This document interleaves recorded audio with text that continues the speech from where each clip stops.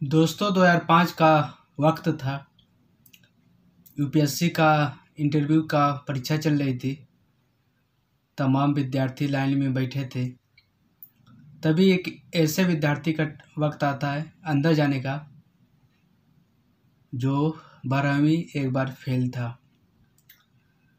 एक चपरासी उससे कहता है कि अंदर जो पैनल है उनके सामने अगर आप पूछेंगे कि तुम 12 में फेल कैसे हुए तो बता देना कोई मर गया था, कुछ एक्सीडेंट हो गया था।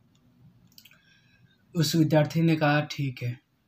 वो अंदर जाता है, पैनल वाले बैठते हैं और कुछ सवाल होने के बाद आखिर वो सवाल ही फिर आ जाता है कि आप 12 में फेल कैसे हुए।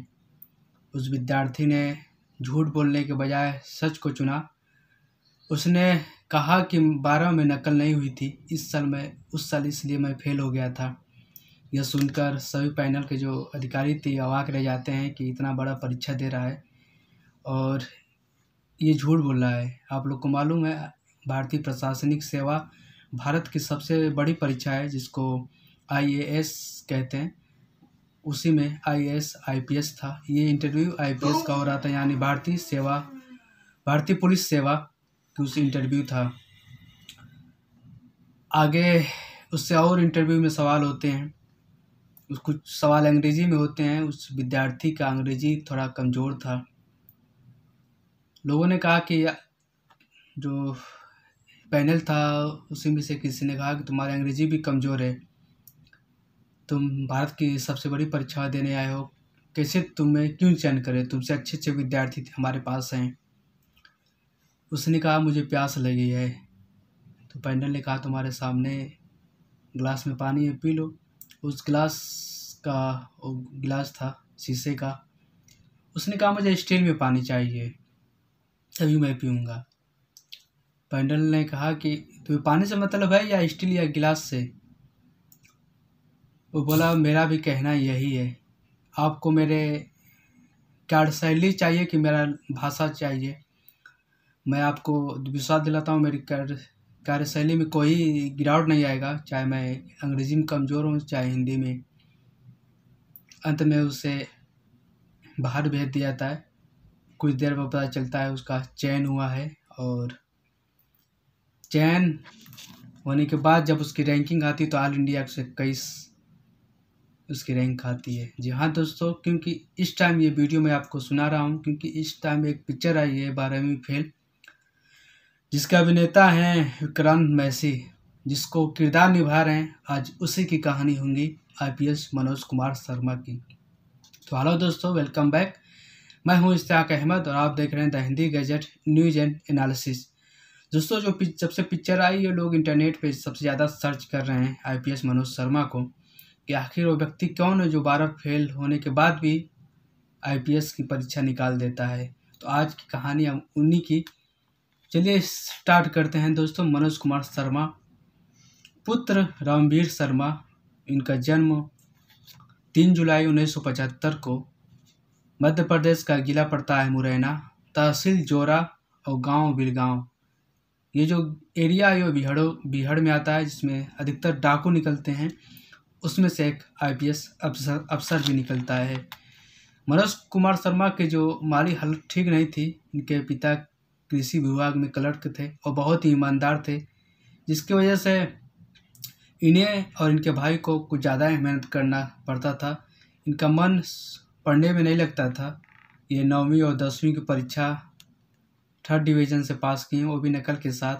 11वीं किसी तरह निकालें और 12वीं में ये नकल के भरोसे बैठे थे और पढ़ाई छोड़कर उनके पास 9 बीघा ज़मीन है, उसमें खेती कर रहे थे।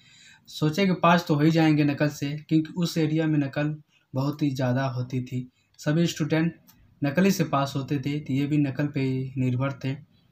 लेकिन परीक्षा के दिन एक अधिकारी आता है जिनका नाम डीएसपी दुष्यंत सिंह था।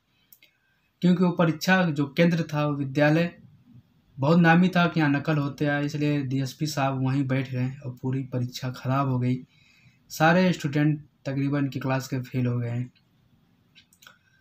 इसके बाद इन्होंने सोचा कि पढ़ाई में कुछ नहीं रखा है, लेकिन फिर घर वालों के कहने पर फिर एडमिशन लेते हैं 12 में, और इस बार वो बिना नकल के पास होते हैं। उन्होंने निश्चय कर लिया कि इस बार मैं नकल नहीं करूँगा, और उनके जो साथ के सारे लड़के अच्छे नंबर लाते नकल से, और ये बिना नकल के फिर 3rd डिवीज़न 12 पास करते हैं।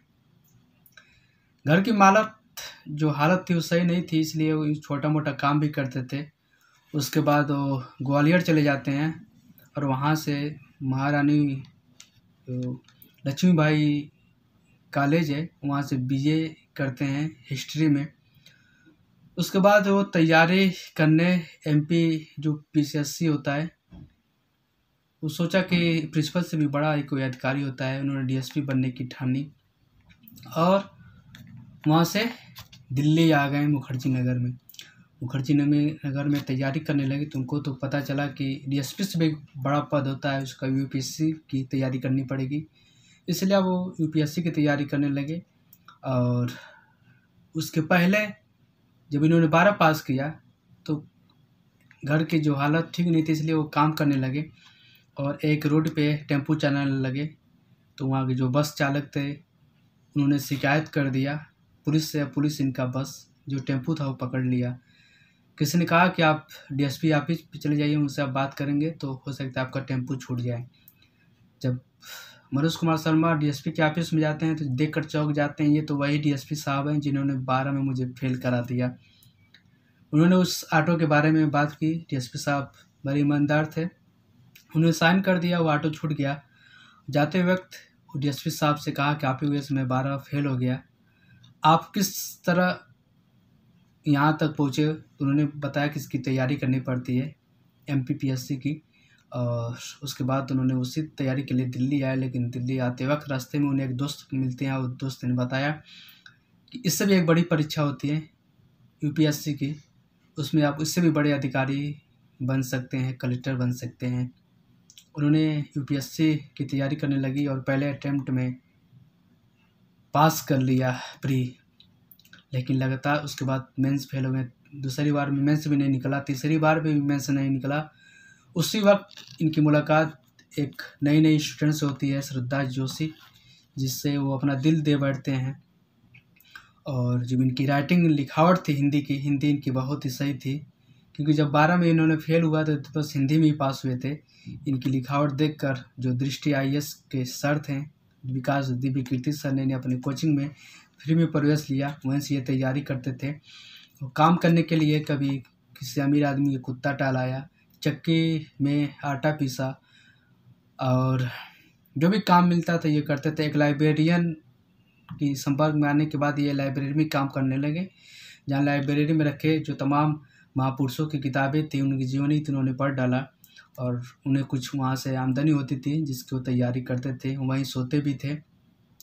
इनके दोस्त जो थे वो बताया कि हालत इतनी सही नहीं थी कि कभी कभी तो भिखारियों के साथ सो जाता था, और मंदिर से जो भी प्रसाद के रूप में खाना मिलता था वो खाता था। लेकिन तैयारी देखिए, पहले में प्री निकला, मेंस नहीं निकला, दूसरे में प्री भी नहीं निकला, तीसरे में प्री भी निकला, चौथे में जब इनकी मुलाकात श्रद्धा जोशी होती है जो वो भी PCS की तैयारी कर रही थी। उसके पहले इन्होंने भारतीय राजस्व सेवा में अधिकारी चयन हो गई थी। इन्होंने एक दिन कहा IPS मनोज शर्मा अपनी जो उनकी गर्लफ्रेंड थी श्रद्धा जोशी की, अगर तुम उस मेरे I love you में हाँ कर दो तो मैं दुनिया के किसी भी मुकाम को हासिल कर सकता हूँ। जो श्रद्धा जोशी ने सोचा कि ये वाकई इसकी मेहनत को रंग लानी चाहिए, उन्होंने हाँ कर दिया, और चौथे प्रयास में इन्होंने प्री मेंस इंटरव्यू भी निकाला। इंटरव्यू की कहानी मैं आपको पहले ही बता चुका हूँ कैसे इनका साथ ये रिजल्ट में इन्होंने 121 रैंक ऑल इंडिया रैंक लाया, और इन्हें IPS इंडियन पुलिस सर्विस में महाराष्ट्र पुलिस कैडर में ज्वाइनिंग मिली।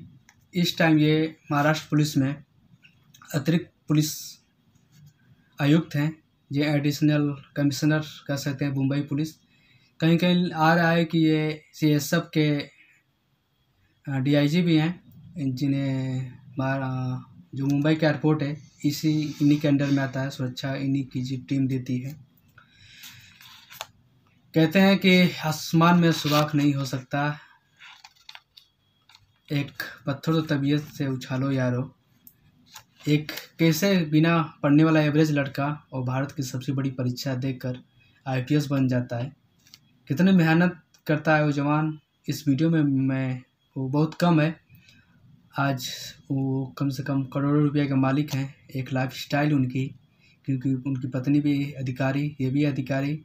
इनके 2 लड़के हैं, एक लड़का एक लड़की। और इनकी ज़िंदगी सोशल मीडिया पे बहुत वायरल हो रही है, काफ़ी सर्च किया जा रहा है, तो मैं सोचा आपको भी जाननी चाहिए इनकी जीवनी। आईपीएस मनोज कुमार शर्मा, ये नाम नहीं एक ब्रांड बन चुका है इस टाइम, और लोग इससे प्रेरणा ले रहे हैं कि किस तरह एक एवरेज लड़का भी जब ठान लेगा तो क्या नहीं कर सकता। वीडियो कैसे लगी कमेंट में ज़रूर बताएं। मिलते हैं एक नई वारदात, एक नई कहानी के साथ। तब तक के लिए जय हिंद।